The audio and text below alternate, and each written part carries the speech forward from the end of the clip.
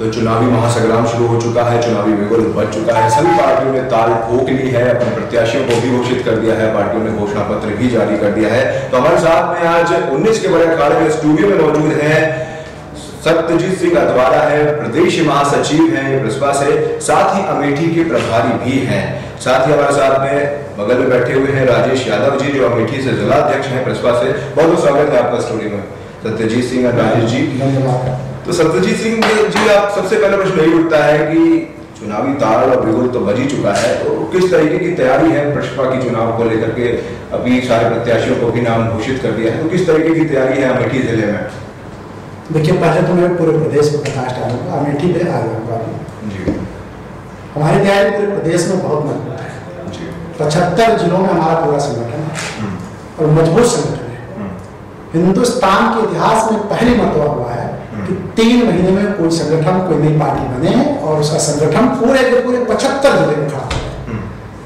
अब रही बात अमेठी की, तो अमेठी चूंकि देश का बहुचर्चित देश की सीट है और अमेठी की स्थिति यह है कि हमेशा बाहरी प्रत्याशी यहाँ पे उतरता रहा है, चाहे स्मृति ईरानी रही हो, चाहे वो राहुल गांधी रहे हो। इस बार अमेठी की जनता अपने आप आवाज लगा रही है कि हमें अमेठी में कोई स्थानीय प्रत्याशी मिलना चाहिए, कोई स्थानीय कार्यकर्ता मैदान में आए जिससे कि हम एक दूसरे से संवाद स्थापित कर सके, रूबरू हो सके, अपने दुख सुख को बता सके, अपने कष्टों को बता सके। तो सबसे बड़ी मांग अमेठी की पहली ये थी कि जो भी प्रत्याशी स्थानीय होगा उसको हम लोग चुनाव जिताने का काम करेंगे। और हमें तो ऐसा लगता है कि अमेठी में हमारा संगठन बहुत मजबूत है, हर बूथ पे हमारा संगठन है और जिस पार्टी का बूथ स्तर का संगठन होता है वो जाहिर सी बात है कि अपने पार्टी को, अपने प्रत्याशी को जिताने में कामयाब हो जाता है। बूथ स्तर पर राजनीति जो है वो बसपा की चलती है। राजेश जी, आपसे एक सवाल ये बनता है कि क्या मूलभूत समस्याएं हैं अमेठी नागरिकों की, अमेठी जिले की नागरिकों की? क्या समस्याओं को आप देखते हैं जो अभी तक का पिछले जो सांसद हैं अभी उन्होंने नहीं पूरा किया और अभी भी परेशान है वहाँ की जनता? सबसे पहले तो हम अपने राष्ट्रीय अध्यक्ष माननीय शिवपाल जी को बधाई देना चाहता हूँ कि उन्होंने अमेठी में हमें अमेठी का प्रत्याशी दिया, अमेठी में हमें अमेठी का प्रत्याशी दिया। और रही बात वहाँ की जो लोकल समस्याएं हैं, विकास की समस्याएं हैं, 2013 में मेगा फूड का जो है सैनिक विद्यालय का कांग्रेस द्वारा जो उद्घाटन किया गया और ये हवा में टहलता रहा है। सैनिक विद्यालय तो किसी तरह हम लोगों के प्रयास से हमारे बगल में कौहार में स्थापित हुआ, लेकिन मेगा फूड का आज तक कोई अता पता नहीं है। मेन चीज जो स्थानीय होता है मामला, जो इनके प्रतिनिधि हैं वो वहाँ के राजस्थान के हैं, जब हमारे बीच का आदमी नहीं रहेगा तो बीच की समस्या कैसे समझेगा वो? यही स्थिति स्मृति ईरानी की है। कहती है अब की बार अमेठी हमार है, कहती है अब की बार अमेठी हमार। अमेठी अमेठी वालों की है, उस गुजरात की अमेठी नहीं होगी जिस गुजरात में अमेठी वालों को बेइज्जत किया जाता है, बदनाम किया जाता है, भगाया जाता है। तो अब की अमेठी अमेठी वालों की होगी, अमेठी अमेठी वालों की होगी। सत्यजीत सिंह जी, आपसे एक सवाल ये बनता है कि राहुल गांधी वहाँ के सांसद हैं, तो कितनी बार वो उस इलाके का, मतलब उस इलाके में आते हैं और देखने आते हैं? किस तरीके से देखते हैं उनकी राजनीति को? कि चुनावी दौर पे ही वो आते हैं देखने के लिए कि मूलभूत समस्याओं को समझने के लिए बीच बीच में आते हैं? ये अमेठी का दुर्भाग्य रहा है कि हमने ऐसा प्रत्याशी दिया, मतलब भूल चूक कह ले या गुमराह करके उन्होंने यहाँ से चुनाव जीतने का काम हमेशा किया, तो ये भूल चूक ही माना जाएगा। जनता को ज्यादा दिनों तक तो गुमराह नहीं किया जा सकता। नहीं तो वो लंबा समय हो गया है, वो लंबा समय हो गया है सांसद। अमेठी की जनता लगातार उन्हीं को ही जिताती है, तो उसके पीछे की राजनीति को क्या समझते हैं? कोई राजनीति नहीं। हर बार का ये वादा होता था कि इस बार अमेठी को सुधारा जाएगा, संवारा जाएगा, बनाया जाएगा, यहाँ का विकास किया जाएगा, लेकिन दुर्भाग्य रहा कि अमेठी का विकास नहीं हुआ, अमेठी को संवारने का काम नहीं किया गया, अमेठी को बनाने का काम नहीं किया गया। ये दुर्भाग्य रहा है। और सबसे मजे की बात यह है कि जनता इस बात को समझ चुकी है और जनता ने तय कर लिया है कि पूर्व में जो सांसद थे उनको यहाँ से हरा के भेजना है। अच्छा, आप एक चीज बताइए, मैं आपसे पूछना चाहूंगा कि अगर जनता ने तय ना किया होता और इसकी सुगबुगाहट राहुल गांधी जी को ना पता चली होती तो केरल को भाग जाते।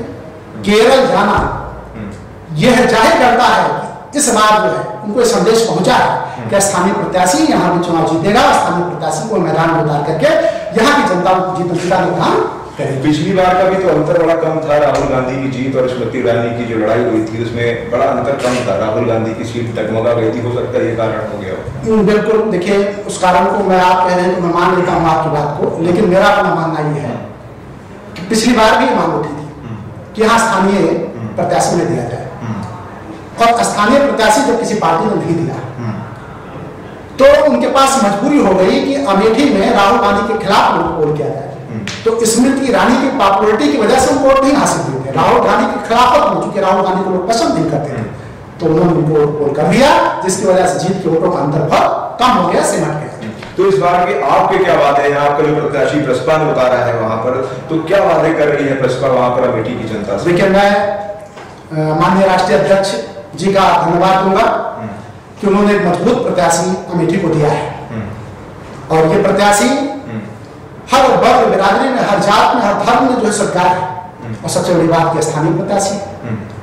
हम ये जानते हैं कि वहाँ की मूलभूत समस्याएं क्या हैं, और हम ये जानते हैं कि जनता के बीच में जाकर काम कैसे किया जाएगा, और हमारा प्रत्याशी इसको जानता है, एक व्यक्ति से परिचित है, एक चेहरे से परिचित है, और कहीं जीतने के बाद दूर जाने वाला नहीं है। सबसे बड़ी बात है, दिल्ली से अमेठी नहीं चलेगी, गुजरात से अमेठी नहीं चलेगी, न दिल्ली से चलने वाली है, न गुजरात से चलने वाली है, अमेठी से ही चलेगी। अमेठी से चलेगी। प्रसपा ने प्रत्याशी उतारा है, और अपनी जो समस्याएं हैं अमेठी की उनको जानकर ही प्रसपा ने ये प्रत्याशी उतारा है। सर राजेश जी, आपसे एक सवाल ये बनता है कि मोदी जी की सरकार है, मोदी जी की सरकार, मोदी जी के नेतृत्व में लोग ताल ठोकते हैं, तो क्या स्मृति ईरानी हवा में जीत सकती हैं क्या वहां से? अमेठी में अब हवा में कोई नहीं जीतेगा, अमेठी में जो काम करेगा वही जीतेगा। अमेठी में मेन चीज, अब अमेठी से प्रत्याशी मिल गया तो गुजरात के प्रत्याशी को क्यों वोट देगी अमेठी? अमेठी अब अमेठी को वोट देगी, अमेठी अब अमेठी को वोट देगी, गुजरात के प्रत्याशी को वोट नहीं देगी, ना राहुल गांधी को वोट देगी। इस बार अमेठी जो है वो अपने प्रत्याशी को जो वहां से प्रसपा ने उतारा है उसको वोट देगी। चलते चलते सत्यजीत सिंह जी, आप अमेठी की जनता से कुछ अपील करना चाहते हैं हमारे चैनल के माध्यम से?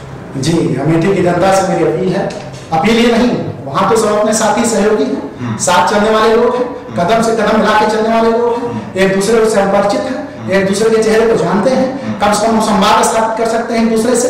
तो अमेठी की जनता से अपील नहीं की जा सकती, अमेठी की जनता स्वतः जानती है मुझे क्या करना है, लेकिन हम सब मिल करके ताल में ताल मिला करके, कदम से कदम मिला करके ये तय करते हैं जो है कि अमेठी अब अमेठी से ही चलेगी, वो गुजरात से, दिल्ली से चलने वाली नहीं है। और वहाँ के जनता, वहाँ के लोगों से, अपने साथियों से, मित्रों से, जो भी उनसे वरिष्ठ, कनिष्ठ, जूनियर, सीनियर है, उनसे मैं अपील करना चाहूंगा कि वो इस बार ज्यादा से ज्यादा वोटों से प्रगतिशील समाजवादी पार्टी को जिताने का काम करें। अमेठी का विकास होगा, अमेठी को गति मिलेगी, और अमेठी की गति से लोगों को लाभ मिलेगा, यह मेरा वादा है। अमेठी को अमेठी का प्रत्याशी मिल चुका है। राजेश जी, आप कुछ कहना चाहते हैं अमेठी की जनता से? अमेठी की जनता के सामने तीसरा विकल्प नहीं था, अमेठी की जनता को तीसरा विकल्प मिल गया है। ये दिल्ली और गुजरात वालों के खिलाफ जो है, ये हमारी पार्टी को अमेठी के लोग वोट देंगे और जिताएंगे। अमेठी यही इंतजार कर रही थी।